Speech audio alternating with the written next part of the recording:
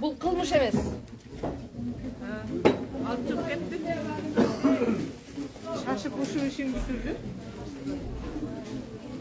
Ben internetten Вакыт өкмөткө сот, прокуратура, милиция органдарын курировать эткен.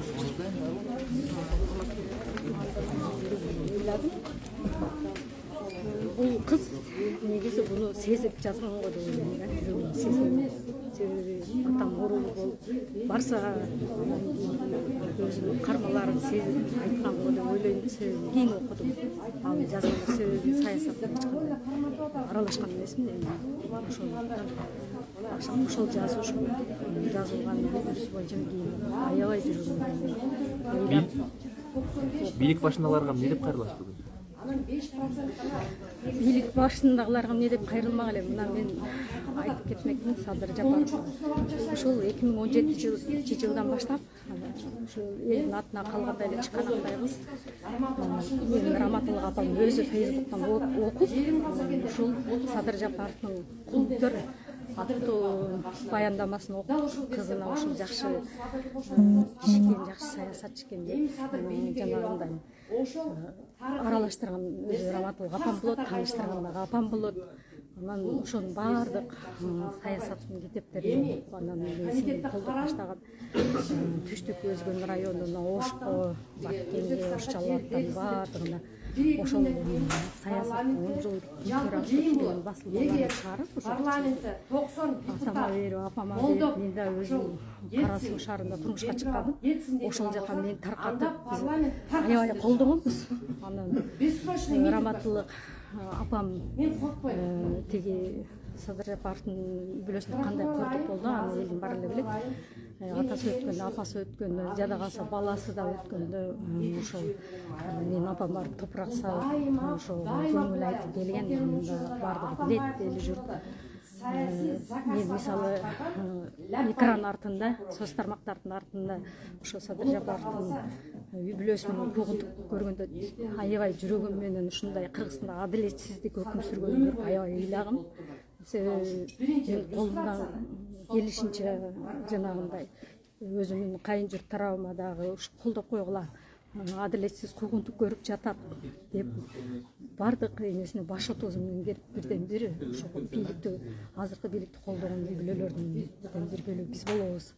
Анан ушундай кичинекей кыздын сын пикирин угуп алып келип, кылмышкердей кылып, ушуну бир коррупционер, бир мамлекеттин эмесин басып алгандай кылып алып келгенге мен бир туугандык жүрөгүм менен аябай ыйлайм. Себеби жападан жалгыз ушул эле бир тууганым калды, башка эч ким жок менде.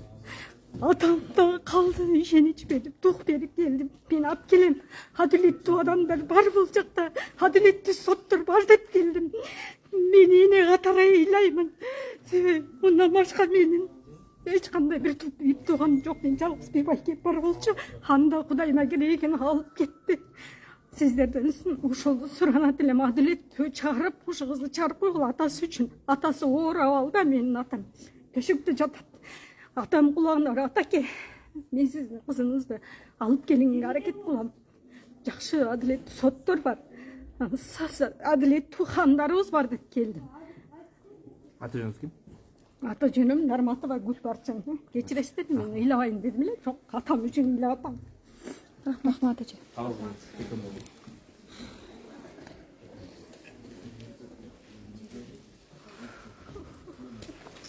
Ой, что-то.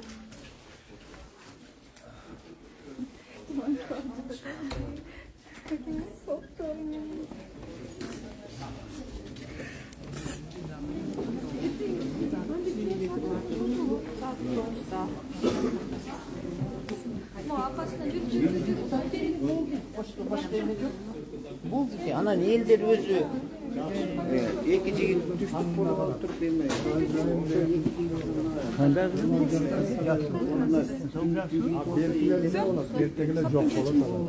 чечими туура эмес чечим чыгарды деп ойлойм. Себеби мен Орозайымдын апасы болом, экинчи атасы. Мен турмуш шартыма караштуу бара албай калдым. Атасы ал жакта Москвада карата. Эне бул жака жөнөтүп бериң дегенден жөнөтүп бергем. Бул жакта менин да чоң кызым бар. Ошонун балдарын карап атам. Экөөбүзгө эки мемлекет белет кетет. Анан мен ушуну азыр чыгарып койсо болмок. Азыр сотторго деле ишенбей калдык. Туура эмес чечим чыгарды.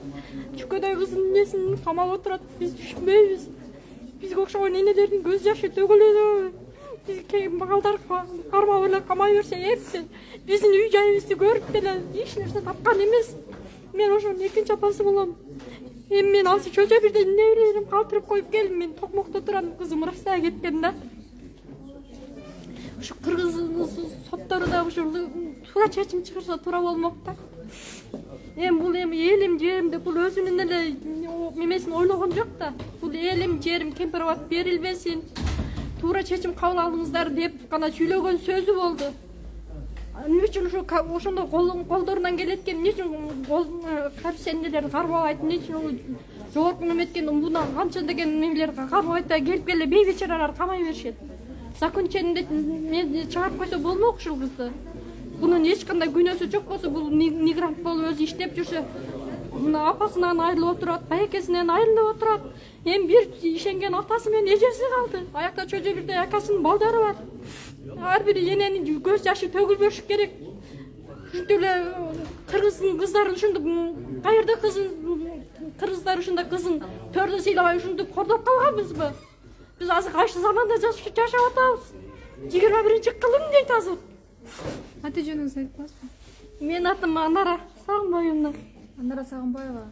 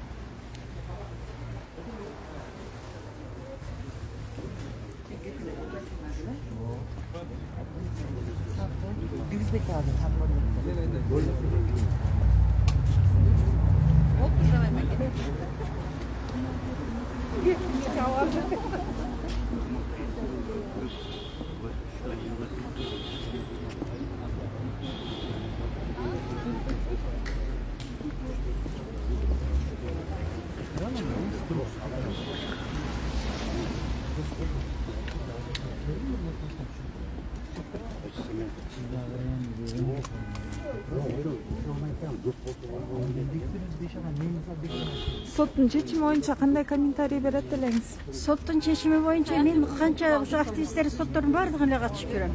Баардыгында эле бирдей эле заказ аткарылып атат да, буйрук гана аткарылып атат. Эч кандай бири дагы ошол жакшы чечим чыгарган жок. Акыйкаттык жок. Прокурору деле ошондой, баардыгы эле заказ аткарбай, бир эле ырды, баягы Жеминге окшогон бир ырды ачат да, кыскасы ошого окшогон эле. Баардыгы эле соттордо ушул эле, только фамилия аттары башка, мисалы үчүн. Анын баардыгы эле ушундай чечимдер чыгарып атат. Бул заказ аткарып атышат. Только Садыржан Жапаровдун бийликтин заказы кызым. Андан башка сөз айта албайм, буларда общем неме сотту иллюстрация кылыш керек, кыскасы. Прокуратурада иллюстрация кылыш керек. Антпесе болбойт. Биздин немеде ушу сөз эркиндиги кыскандыгы үчүн, ушул активисттерди камагандыгы үчүн, билбеймин, энелер канча энелер какшап жүрөт. Канча адамдар ушинтип күндөгө соттошуп жүрөбүз. Бири дагы туура чечим чыгарган жок. Кыздарыбызга боштондук, баардык кыздарыбызга, саясатчыларыбызга, активисттерибизге баардыгына боштондук. Ушу Орозайым кызыбызды жакшына эле чыгарып койсо болмок, кыз баланы түрмөдө кармабай. Мен ушунчалык капа болдук, ушул кызыбыздан чоң үмүтүбүз бар эле. Бир чоң бир немени кармагансып, коркунучтуу бир адамды кармагансып алып келишти да. дейм андан көрө Шадиевди кармабайбы, Аскар Акаев алдыбызга келди эле, ошону камабайбы. Ошол жерде деле толтурада канчалаган акчаларды уурдап кеткен саясатчылар бар, мамлекеттик казына кол салгандар бар, коркунучтуу адам өлтүргөндөр бар. Ошолорду кармап келсе болот эле да. Мынантип эми ушул биздин оозубузду ушинтип жабылабы? Мисалы үчүн журналисттер биздин үнүбүз болот, биздин жүрөгүбүздө көйгөйүбүздү айтат. Ошол журналисттер болбосо, мынандай активисттерибиз болбосо кандай кылабыз? Үндөбөй отуруп беришибиз керекпи? Жок, Кыргызстандай каныбызда андай жок. Үндөбөй отуруп бере албайбыз. Мейли эркектерди камаса дагы мына аялдар чыгабыз, бизди камасын, камай берсин, бардыгын камап түгөтсүн ушул. Акыйкат, мен ушул акыйкаттуулук каалаймын. Бардык ушул журналисттерибизге, активисттерибизге, ушул Оразайым кызыбызга бейгүн эле ушул Москвадан кармап келди. Москвада канчасы адам өлтүрүп качып кетип атат. Кармабайбы ошолорду? Канчасы ушул мамлекетке ушундай оор залакалар тийгизип атат. Кармап келбейби ошолорду? Бирисин да кармай алышпайт. Жанагы Шадиев жүрөт, Сапар Исаков жүрөт. Ала келбейби ошолорду кыйын экен. Бул деген бийликтин алсыздыгы.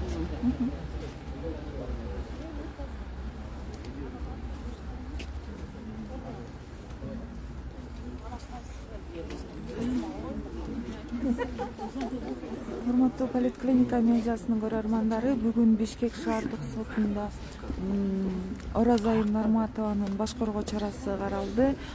Баш коргоо чарасында 1 май райондук сотунун чечимин күчүндө калтырды. Бул менен Оразайым Нарматова камакта калтырылды.